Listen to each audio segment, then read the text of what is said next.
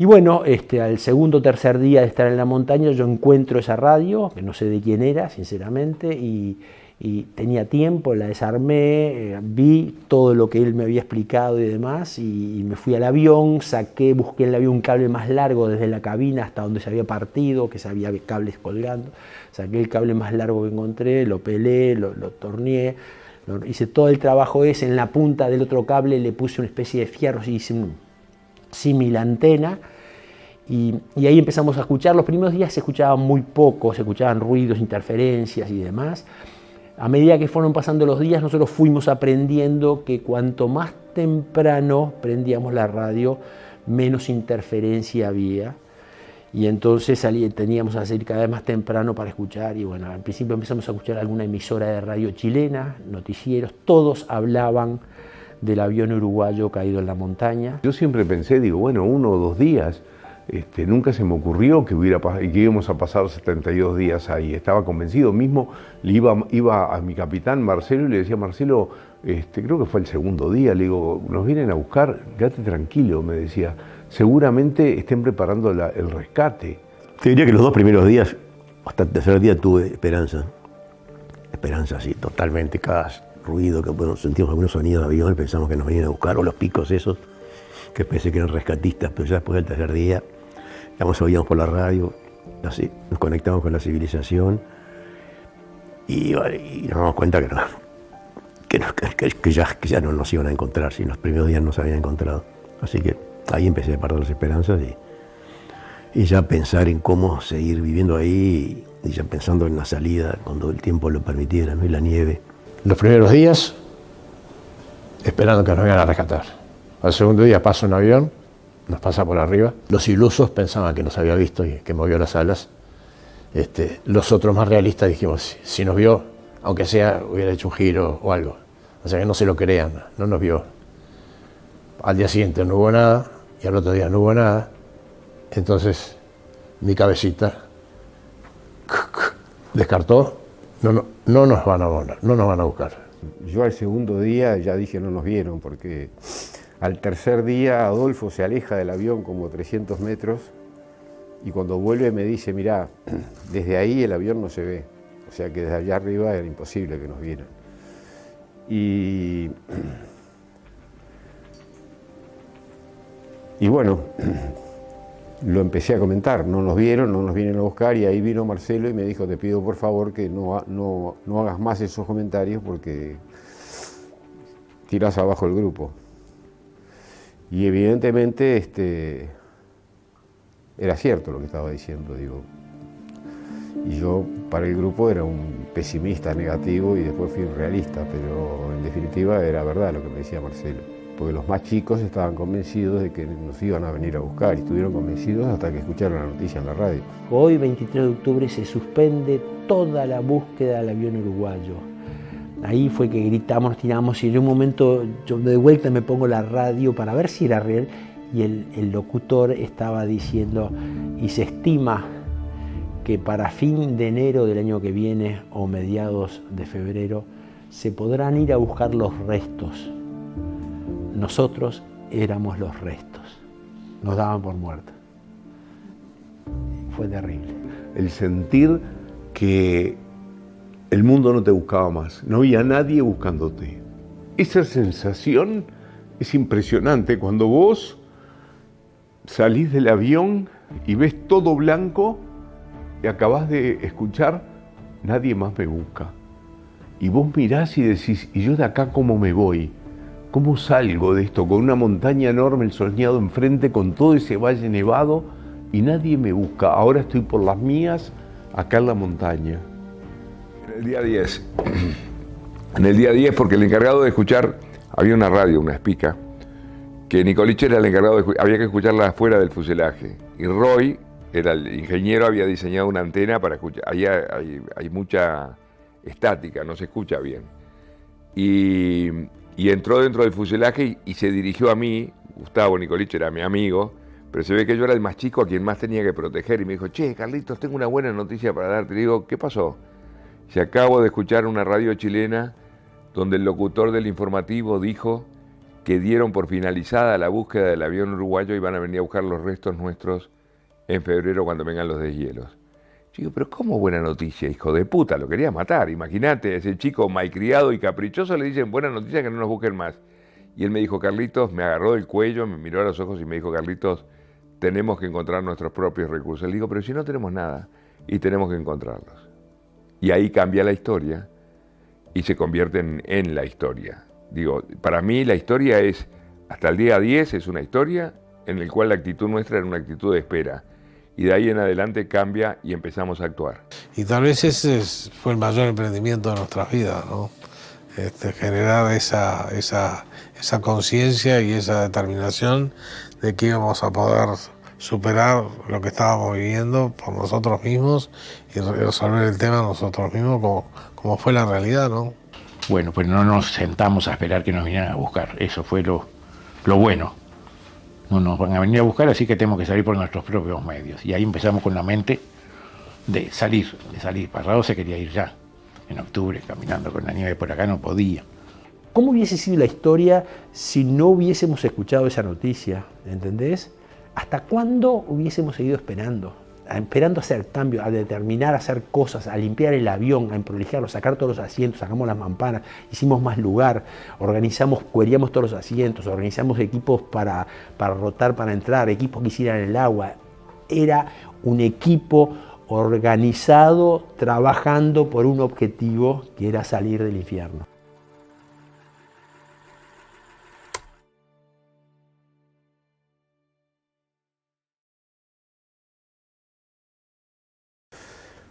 Y bueno, de ahí empieza todo el tema de la comida. Lo comentamos con Eduardo, con Marcelo, que era el capitán, y se fue desparramando hacia los más jóvenes. Pero eso fue el día 4. Y al final nos habíamos convencido que era la única solución que había, porque si no iba a ser un suicidio colectivo. Pero había que tomar la decisión. Lo único que había era hielo y roca, no había líquenes, no había raíces, no había gusanos, no había nada, hielo y rocas. Quisimos comer suela de zapatos y es imponente, no se puede. Quisimos comer cigarrillos, en realidad hacer un té con tabaco. Había uno de los chicos que trabajaba, el padre tenía una tabacalera muy grande, se llevamos una cantidad de cigarrillos para regalos a los chilenos que estaban con escasez y demás. Hicimos un té de tabaco porque decía que tenía zanahoria, remolacha y demás, y es intomable, no se lo recomiendo a nadie. Comíamos pasta de diente, que era como un sabor que nos daba, pero también la pasta de diente tiene leche de magnesia y eso nos daba diarrea y nos hacía mal. Teníamos 2 tabletas de chocolate que las fraccionábamos en pedacitos muy chiquitos y eso era lo único que tuvimos durante esos primeros días, hasta que al final empezamos a decir, acá nos morimos. Y si había una cosa que yo tenía claro con mis 20 años en el medio de la montaña, que yo no me quería morir, O sea, de frío no se murió nadie, de sed tampoco, porque al principio comíamos nieve, pero la nieve te enfría tanto que después se te inflama y no puedes tragar saliva. Y es una sensación horrible no poder tragar saliva, es un movimiento involuntario, ¿verdad? Que lo haces cada 2 segundos. Pero nos íbamos a morir de hambre porque no había que comer. O sea que era imprescindible alimentarnos, ¿no? Y después de buscar todas las posibilidades, que no había nada, empezamos a pensar, varios, que la única proteína era esa. Y eso fue cuando Adolfo volvió justo de esas expediciones, que no me acuerdo con quién fue que las hizo, volvió hecho pelota, con la poca alimentación que tenían, agotado, y ahí me comentó, vamos a tener que comer los cuerpos, es lo único que tenemos, las únicas proteínas posibles, y si no, dentro de 2 días ya no vamos a poder ni movernos, ni pensar, ni nada.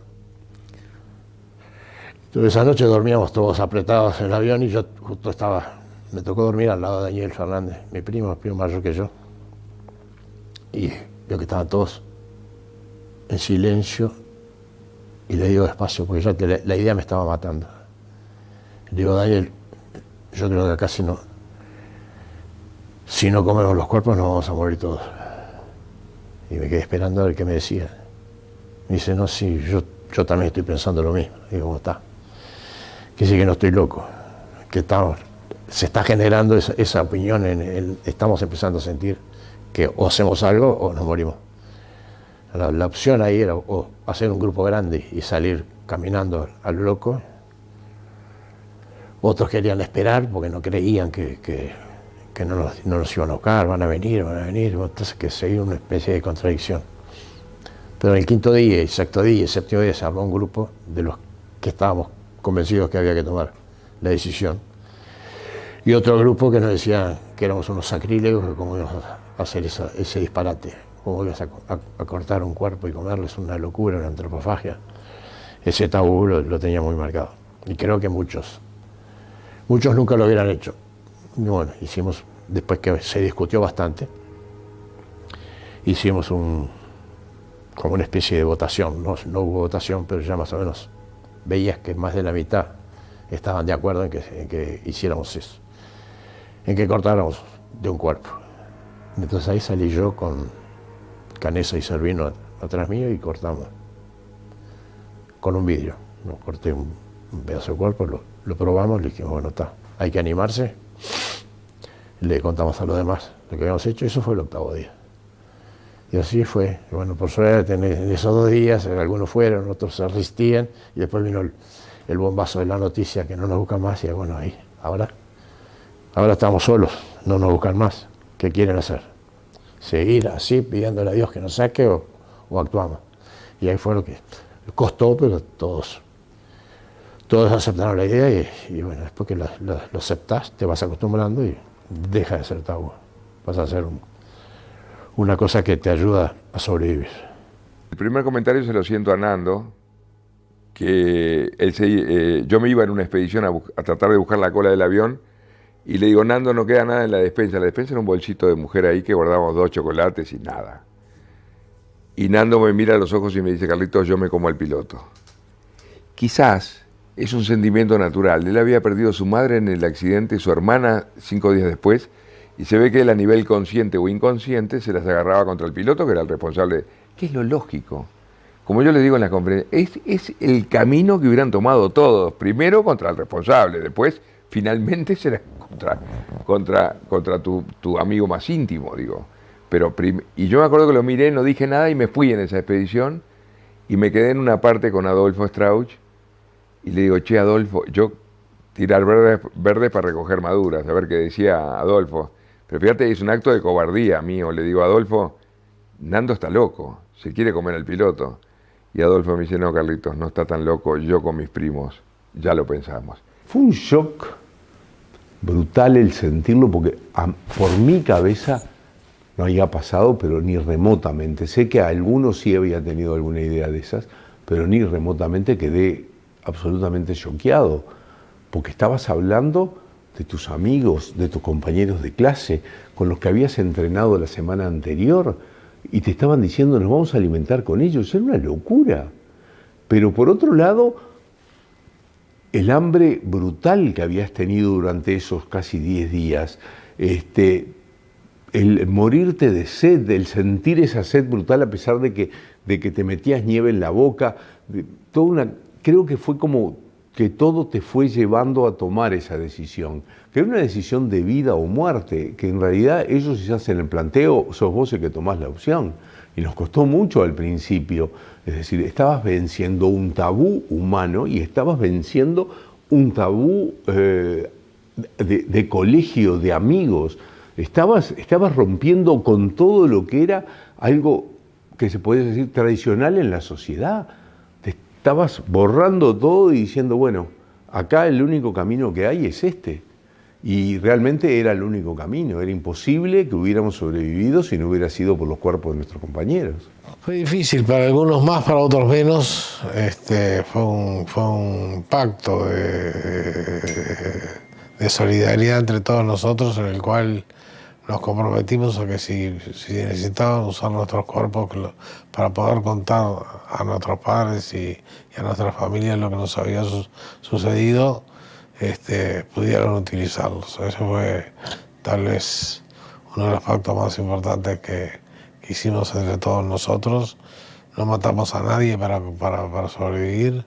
Lo que usamos fue los cuerpos de nuestros amigos muertos Y hubo gente que le fue más fácil y más difícil. Para mí fue fácil, no fue difícil. Hicimos un pacto ahí, donde se mostró el amor entre los hombres. No nos agarramos la mano ni nada de eso.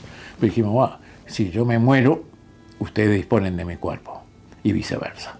Y fue muy duro, fue muy difícil porque eran nuestros amigos, fue muy difícil porque no teníamos las herramientas, fue muy difícil, los chicos que estudiaban medicina fueron los que se ocuparon de cortar y demás, que no era una tarea fácil, te puedo asegurar.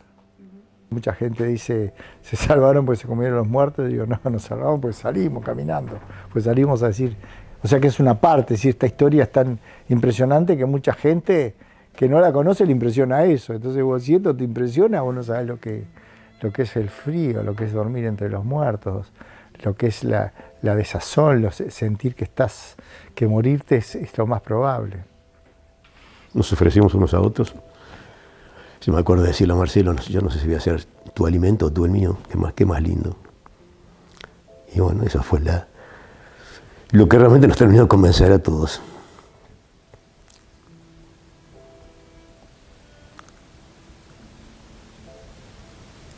Momentos importantes de mi vida. Que era la vida o la muerte, además, ¿no? Era resolvíamos hacer eso o no moríamos directamente, ¿no?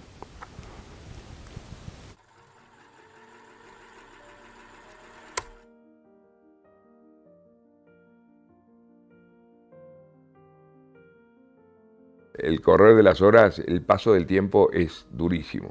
Entramos creo que a las 3 de la tarde al avión y volvíamos a salir al otro día a las 10, 11 de la mañana. Encontrar esa misión, ese rol en la cordillera, era fundamental. Y bueno, todos tuvieron eso que nadie lo podía haber hecho. Y si él no hubiera estado, de repente se caía todo el sistema. Creamos una sociedad realmente con lo que teníamos, que no era nada más que nosotros mismos, nuestra inteligencia. No teníamos recursos materiales, prácticamente nada. La nieve, que al principio ni siquiera podíamos derretirla para hacer agua, pues era muy frío y además llena de querosén, y no teníamos alimentos. Hubo gente que se encargó de la comida durante 72 días. Hubo chicos que se encargaron de limpiar el avión durante 72 días. Y hubo otro grupo que se dedicó a caminar. Pero sin embargo, el conjunto de todo eso hizo posible que 2 o que 3 pudieran salir en su momento.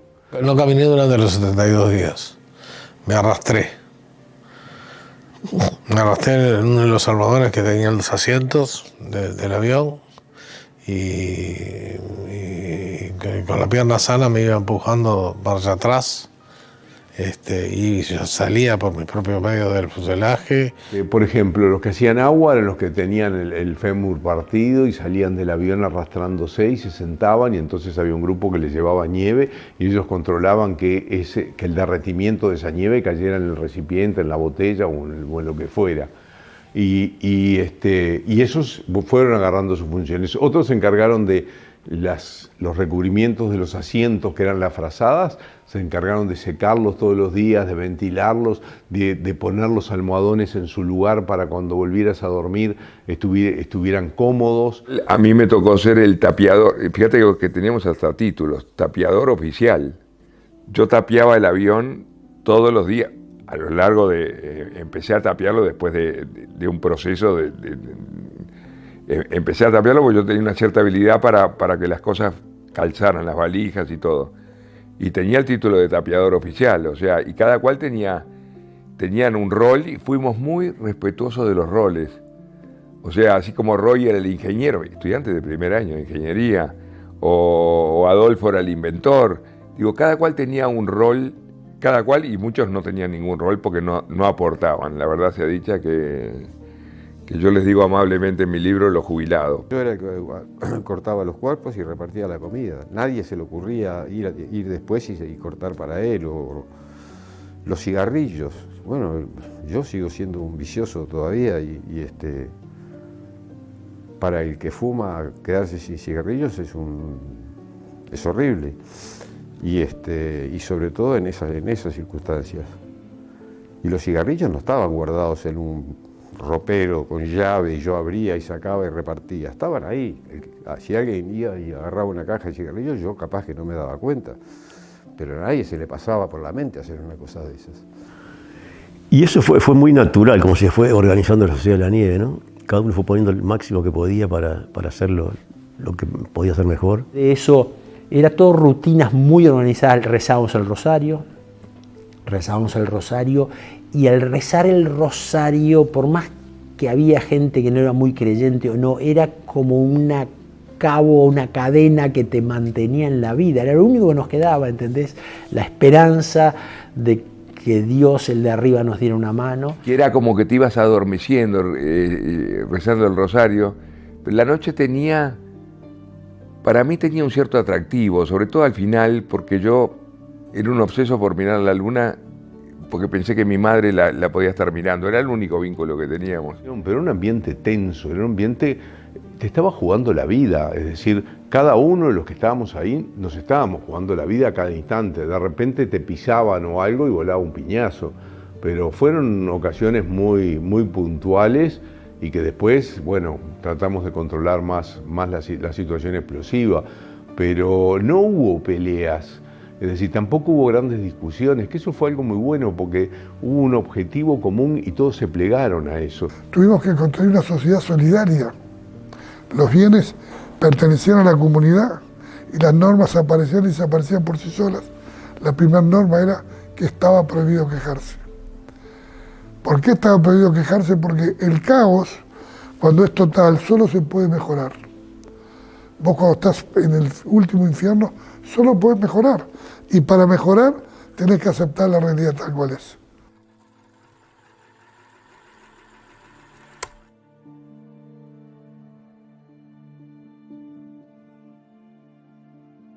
Si vos me preguntás cuál fue la peor parte del accidente, fue la avalancha. De repente apareció, sentimos ese temblor imponente y la avalancha que nos tapó todo, se metió dentro del fuselaje, nos comprimió.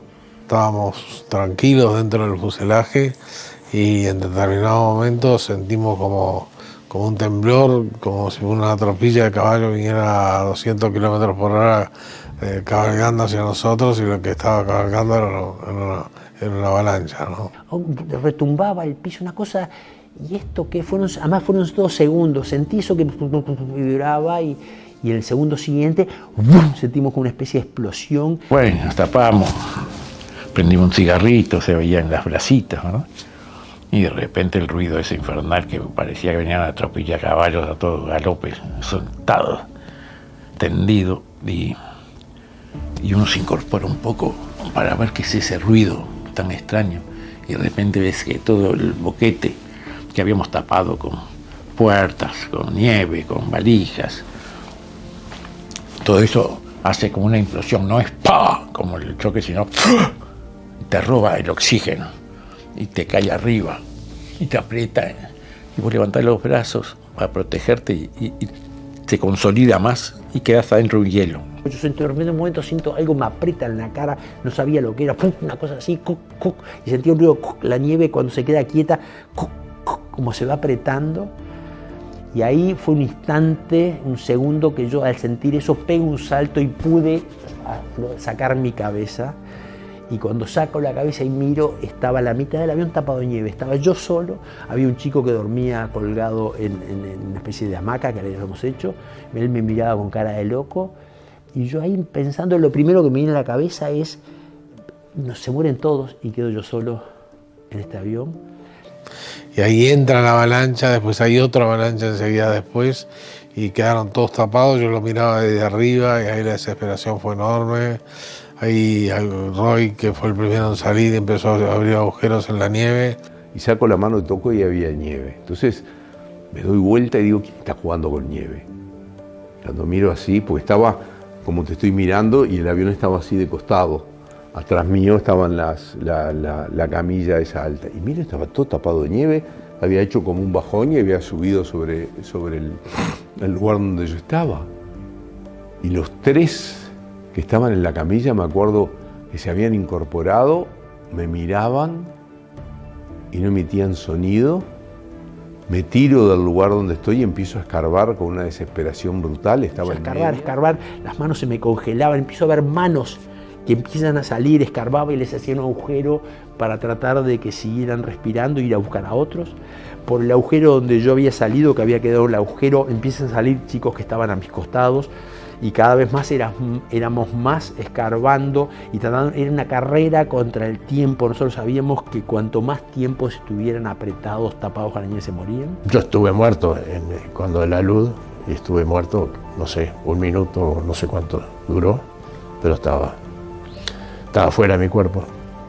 No sentía el cuerpo, desapareció y quedaba solamente un pensamiento. Estaba flotando en una especie de nirvana, que supongo que es el cielo eso, una especie de felicidad. No importaba ni el futuro, ni el pasado, ni nada, vivías un presente intenso flotando. Era lindísimo, me duró 20 segundos, hasta que me pisan al costado y me apretan la cabeza y pude sacar una mano y me rescatan. No, para mí fueron media hora, 1 hora, todas las cosas que pasaron por la cabeza en ese momento. Al principio sentí pavor de que se me acababa la vida después de todo lo que habíamos luchado y nos habíamos salvado del accidente, del